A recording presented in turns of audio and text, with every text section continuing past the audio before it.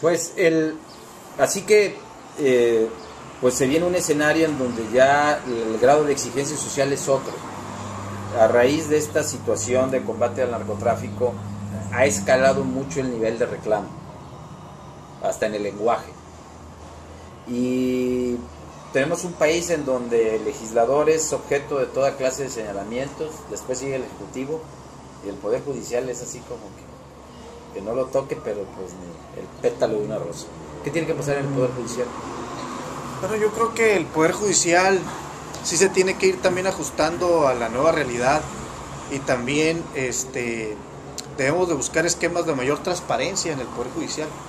Yo creo que ha habido avances en el funcionamiento del poder judicial. Yo recuerdo, por ejemplo, la reforma por ahí, si mal no recuerdo el dato, de 1996, cuando, por ejemplo, se crea el Consejo de la Judicatura Federal, que luego ese mismo órgano se crea también en los estados. Digo, aquí en el Poder Judicial del Estado también hay un Consejo de la Judicatura, y se empezaron a generar una serie de mecanismos para fortalecer el Poder Judicial, y yo creo que el Poder Judicial ha dado algunos pasos en ese sentido, pero creo que todavía el Poder Judicial ciertamente no va a la par, ¿no?, de lo que ha venido haciendo el Ejecutivo y de lo que ha tratado también de venir haciendo el Poder Legislativo. Es decir, generalmente siempre encontramos, como bien decías, a un Poder Judicial como más opaco, como menos transparente, como que no se sabe qué sucede ahí, ¿no?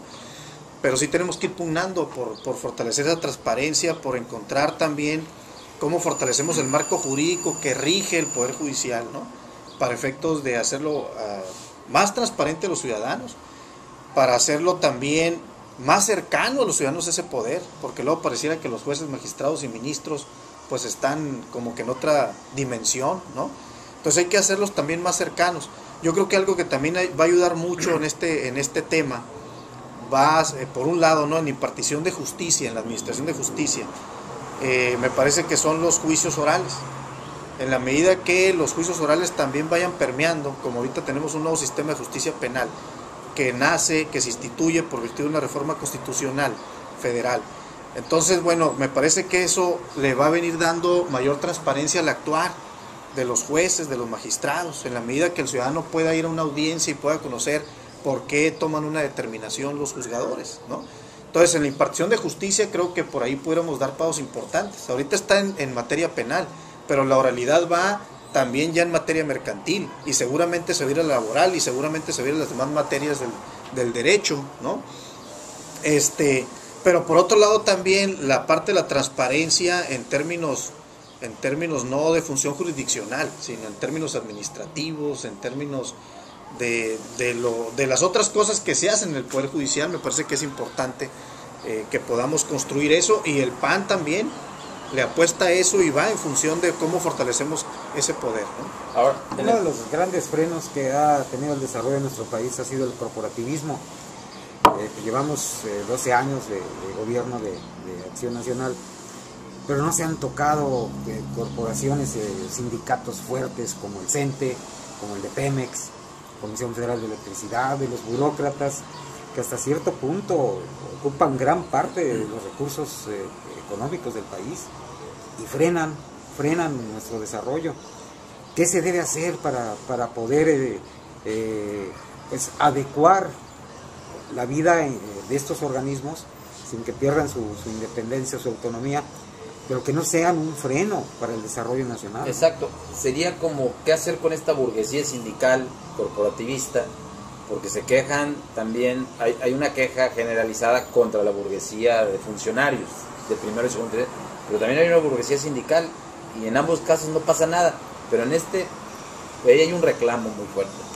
Sí, yo creo que, el PAN, ¿qué piensa de los sindicatos? Bueno, el PAN considera que los sindicatos pues son actores importantes, ¿no?, para la vida laboral en el país, ¿verdad?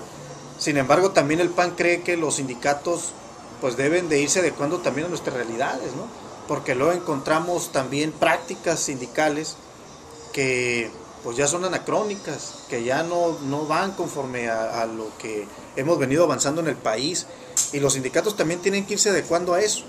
¿Qué hacer ahí? Bueno, yo creo que por un lado Por un lado es importante las reformas estructurales de las que hablábamos, por ejemplo la energética, ahorita que hablas de Comisión Federal y de todos esos, ¿no? Pemex. Ocupamos una reforma ahí importante que le dé mayor funcionalidad a todos estos entes o entidades paraestatales, ¿verdad?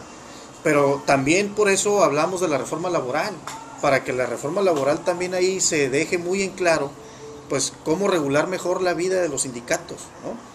Por eso les digo, una ley federal del trabajo de 1970, pues estamos hablando que de 40 años de esa ley. O sea, una ley que ya no se ajusta, una ley que está obsoleta, una ley que muchas de sus disposiciones ya inclusive hasta son letra muerta, ¿no? Entonces ocupamos darle un giro a eso. Entonces, ¿cómo poder encauzar de mejor manera a los sindicatos para que los sindicatos sean realmente esos gremios que defiendan los intereses reales de los trabajadores? Pues hay que ir por esas reformas. Hay que ir por esas reformas y hay que buscar acabar con esas prácticas que dañan al trabajador, ¿verdad?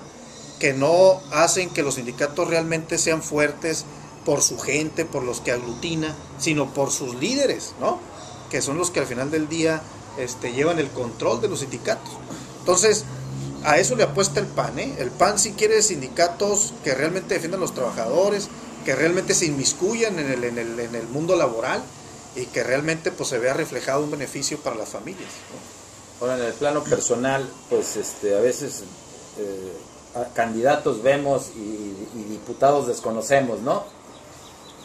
En el plano personal no saldrán sorpresas en esta campaña o ya en el ejercicio de sus funciones como inminente diputado federal, que haya necesidad de entrar en cajuela al Congreso, de que haya necesidad que apelar al fuero, que haya hijos ahí que reconocer, que haya todo ese tipo de cosas, ¿no? Porque como que esto de la vida privada, bueno, alguien que entra a la arena política y pública como que debe estar bajo todo el escrutinio, ¿no? O sea, si necesitamos gente congruente en todos sus roles sociales, ¿no? Sin esqueletos. No hay sorpresas detrás de la vida de don Andrés de la Rosa. No, fíjate, no, de ninguna manera. Nosotros hemos cuidado mucho también, precisamente porque creemos en eso que tú dices, ¿no? Nuestro actuar en la vida pública con nuestra vida privada. Y al contrario, creo que la sorpresa siempre va a ser el trabajar por los ciudadanos, ¿no? Es decir, y digo la sorpresa porque luego a veces los legisladores están mal calificados, ¿no? Entonces la sorpresa es esa, ¿no? Nosotros vamos a trabajar por los ciudadanos, no tenemos, como dicen, pues cola que nos pisen, ¿verdad? Hemos tratado de mantener una conducta honesta, una conducta de trabajo, ¿verdad? Y cuidando nuestro actuar. Así que ni encajuelados, ni embosados, ni tapados, ¿no? Con toda transparencia, ¿no? De pie erguido, ahí estaremos, si así lo deciden también los ciudadanos a partir del 1 de septiembre.